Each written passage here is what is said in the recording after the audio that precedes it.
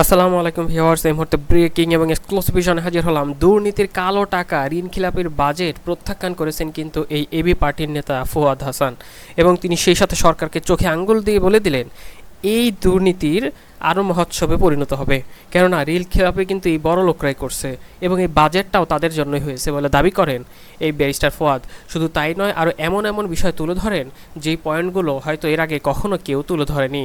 বিশেষ করে এই বর্তমান সরকার যেভাবে বাজেট ঘোষণা ঘোষণা করেছে এবং ঋণ খেলাপের পরিমাণ বেড়েই চলেছে, সে বিষয়গুলো তুলে ধরে সরকারকে যেন এক হাত নেন এই ব্যারিস্টার ফুয়াদ। আরও কী কী বিষয় তুলে ধরে হুঁশিয়ারি বার্তা দিয়েছেন সে সকল বিষয়েও জানবেন। অন্যদিকে এই বিএনপির নেতা অলি, তিনিও কিন্তু কঠোর তথ্য দিয়েছে এই বাজেট বিষয়টি নিয়ে। বাজেট নিয়ে প্রতিক্রিয়ায় ব্যক্ত করলেন কি, সে বিষয়গুলো জানতে পারবেন, এবং বিএনপির পক্ষ থেকে এই বাজেটকে প্রত্যাখ্যান করা হয়েছে এবং সেই সাথে সরকারকে পদত্যাগ করারও আহ্বান জানান। বিশেষ করে এই কর্নেল অলি, তিনি আরও কী কী তথ্য দিয়ে সরকারকে এই বাজেটের বিষয়ে তুলে ধরলেন সে সকল বিষয়েও জানতে পারবেন। এবং সবশেষে আপনাদের মাঝে তুলে ধরব গণ অধিকার পরিষদের এই নেতা, তিনিও কিন্তু ভারতীয় পণ্য বর্জনের আহ্বান জানিয়েছেন। সেই সাথে এই দেশের বর্তমান যে অবস্থা সে সকল বিষয় নিয়ে কয়েকটি তথ্য দেন। কী তথ্য দেন? এবং ভারতের ক্যান্সার সৃষ্টিকারী আরেকটি পণ্য হলো আওয়ামী লীগ, এমনও কিন্তু একটি তথ্য বের হয়ে আসে। আরও কী কী বিষয় তুলে ধরেন জানতে পারেন ভিডিওর শেষ অংশে। তো চলুন এবার দেখে নিই ব্যারিস্টার ফুয়াদ কী তথ্য দিলেন এই ঋণ খিলাফের বিষয়টি নিয়ে, বাজেটকে কেন্দ্র করে। চলুন তার মুখ থেকে আমরা জেনে নিই। করেন সেই মানুষটাকে না, বরং যিনি লুটপাট করেন বেনজিরকে অগ্রাধিকার দেওয়া হয়েছে, আজিজকে অগ্রাধিকার দেওয়া হয়েছে, গোলাপকে অগ্রাধিকার দেওয়া হয়েছে, সাইফুজ্জামান জাভেদকে অগ্রাধিকার দেওয়া হয়েছে, সমর রেজাকে অগ্রাধিকার দেওয়া হয়েছে। তারপরে এই যে আনার মরে গেল, এই আনারের মতো যারা চোরা কারবারি স্বর্ণ চোর যারা আছে বাংলাদেশের বড় বড় লুটেরা মাফিয়া, তাদেরকে অগ্রাধিকার দেওয়া হয়েছে। যারা ডলার পাচার করে তাদেরকে অগ্রাধিকার দেওয়া হয়েছে। বাংলাদেশ থেকে যারা, চিটাগংয়ে দেখলাম আপনার একটা টিনের দোকানদারকে একটা ব্যাংক 1200 কোটি টাকা লোন দিয়েছে, টিনের ব্যবসা করে। যে অ্যাকাউন্ট ওপেন করার সময় বলেছে যে আমার এই ব্যবসার উপার্জন হচ্ছে 1 লক্ষ টাকা মাসে, তাকে লোন দিয়েছে প্রায় 1200 কোটি টাকা। এবং বুঝতেই পারছেন, এবং এইটা যখন নিউজ আকারে প্রকাশিত হয়েছে তখন আবার বাংলাদেশ ব্যাংকের যে পিআর ডিপার্টমেন্ট আছে তারা আবার তাদের কর্মচারীদের প্রতি একটা নোটিফিকেশন জারি করেছে যে বাংলাদেশ ব্যাংকের কোনো তথ্য, কোনো ডেটা, কোনো জিনিস কারো অনুমোদন ছাড়া কোথাও শেয়ার করা যাবে না। দেওয়ার খরচ বেড়েছে সেটাও বিবেচনা করা হয়নি, কিন্তু আমার উপর একটা করের বোঝা অন্যায্যভাবে চাপিয়ে দিয়েছে। তারপরে দেখেন যে খরচ, আমরা বারবার বলেছি যে বাজেট এই ধরনের একটা সিচুয়েশনে বাংলাদেশের গত 54 বছরের ইতিহাসে আমাদের অর্থনীতি সবচেয়ে নাজুক অবস্থায় আছে। ইভেন যুদ্ধের পরের অর্থনীতিতেও এত বাজে অবস্থা তৈরি হয়নি আমাদের, এখন যে বাজে অবস্থা তৈরি হয়ে আছে। এই অবস্থান আছে সেই 32-35 বিলিয়ন ডলারের ভিতরে খরচ করছি না। আপনি আরো 5 বিলিয়ন কর্য করেন, 15 বিলিয়ন কর্য করেন, কিন্তু আপনি 30-35 বিলিয়ন এক্সট্রা কর্য করবার চিন্তা করছেন। এইভাবে যে উন্নয়ন প্রকল্পের নামে আমাদেরকে একটা ঋণের জালে যে আবদ্ধ করছে আমাদের ভবিষ্যৎকে, নতুন প্রজন্মকে, এবং যে সন্তানের এখনো জন্ম হয় নাই তাকে পর্যন্ত একটা ঋণের জালে আবদ্ধ করে ফেলছে এই বাজেটের যে দামি বাজেট এবং দামি সরকার। তাই আমরা বারবার বলেছি যে একটা অগণতান্ত্রিক অনির্বাচিত দখলদার সরকারের পক্ষে কখনো দেশের মানুষের কল্যাণ বিবেচনা করে কোনো বাজেট দেয়া সম্ভব না।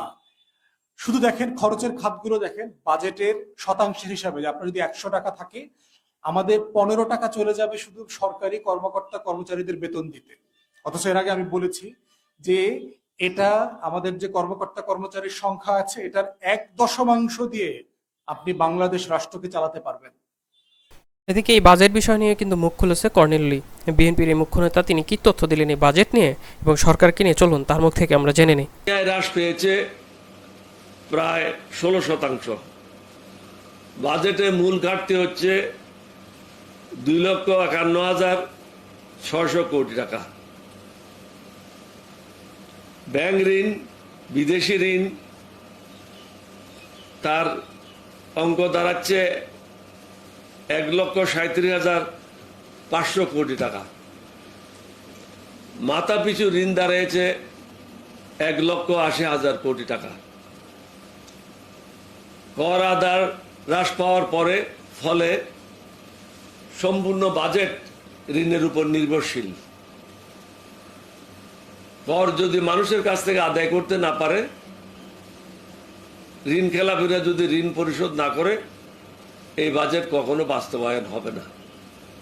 একথা হলো, আমি আগেই বলেছি 2,51,000 কোটি টাকা এটা ডেফিসিট বাজেট, অর্থাৎ এই বাজেটের প্রায় 40% কাছাকাছি টাকা ডেফিসিট রয়েছে। এই টাকা কোনোখান থেকে পাওয়ার কোনো উপায় নেই। বর্তমান সরকার যে টাকা ঋণ করেছে বিদেশিদের কাছ থেকে, এই টাকাগুলি যদি নতুনভাবে ঋণ নাও নেওয়া হয়, তা পরিশোধ করার জন্য 2062 সাল পর্যন্ত অপেক্ষা করতে হবে। অর্থাৎ আগামী দিনগুলিতে বাংলাদেশে কোনো উন্নয়ন করা সম্ভব হবে না। যদি বিদেশ থেকে টাকা ধার করতে হয়, এই সরকারের পক্ষে টাকা পরিশোধ করা তো দূরের কথা, টাকার যে সুদের অঙ্ক আসবে সেটাও পরিশোধ করা সম্ভব না। ইতিমধ্যে অর্থনীতি রেড জোনে পৌঁছে গেছে, বা অনেকে বলে বাংলাদেশ ব্যাংক থেকে অনেক টাকা লুটপাট হয়েছে। এই ব্যাপারে সুস্পষ্ট বক্তব্য ব্যাংক থেকে এখনো দেওয়া হয় নাই। এভাবে সকল তথ্য প্রকাশ করেন কলোনি লোনি। এদিকে গণ অধিকার পরিষদের এই নেতা তিনিও তথ্য দিয়েছেন ভারতকে নিয়ে, এবং তার একটা টাইটেলও দিয়েছে, ভারতের ক্যান্সার সৃষ্টিকারী আরেকটি পণ্য হলো এই আলিক। আরও কি কি তথ্য দিলেন চলুন দেখে নিই। আমি কিনেছেন ভারতের মোদিজিকে, যৌতুক দিয়েছেন বাংলাদেশ, যৌতুক দিয়ে ছেলেকে মূল্য দিয়ে ছেলে কিনতে হয়। তা আমাদের আওয়ামী লীগ এবং আওয়ামী লীগ প্রধান স্বামী কিনেছেন ভারতের মোদিজিকে, যৌতুক দিয়েছেন বাংলাদেশ। এই জনগণের বাংলাদেশ, বাংলাদেশিদের বাংলাদেশকে যৌতুক দেওয়া হয়েছে ভারতের স্বামীকে। এটা আমাদের সম্পদ, এটা বাংলাদেশ, বাংলাদেশের জনগণের সম্পদ, কারো বাবার সম্পত্তি এটা না। এটা এরকম না যে টুঙ্গি পাড়ার কোন বাপের সম্পত্তি যেটা ভারতকে উপঢৌকন দেওয়া যায় বিয়ের সময়। বাংলাদেশ স্বাধীন, বাংলাদেশের নাগরিকরা স্বাধীন, তারা স্বাধীন থাকতে চায়, তারা তাদের মাথা উঁচু করে বাঁচতে চায়, এবং যে কোনো মূল্যের বিনিময়ে, দরকার হলে আরেকবার 30 লক্ষ বাঙালির প্রাণের বিনিময়ে এ দেশকে স্বাধীন রাখা আপনার আমার সকলের দায়িত্ব। এবং আমি বিশ্বাস রাখি প্রতিটি বাঙালির উপর, এমনকি বেশিরভাগ আওয়ামী লীগার যারা এখন দলের স্বার্থে বা হয়তো কিছু প্রাপ্তির স্বার্থে মুখ খুলছেন না, তারাও দেশপ্রেমিক। সময় হলে তারা অস্ত্র হাতে নিতে হলে নেবেন এবং যে কোনো আগ্রাসী শক্তিকে রুখে দেওয়াবেন। আমরা আছি আপনাদের পাশে, আমরা আগেও ছিলাম আপনাদের পাশে। ইনশাল্লাহ আমরা সব বাঙালি মিলে স্বাধীন বাংলাদেশকে স্বাধীন। এভাবেই তথ্য দেন ভারতকে নিয়ে। তো ব্যারিস্টার ফুয়াদের আজকের এক্সক্লুসিভ বার্তা আপনাদের কতটুকু ভালো লাগলো এবং তার যুক্তিযুক্ত কতটুকু কমেন্টে জানাবেন।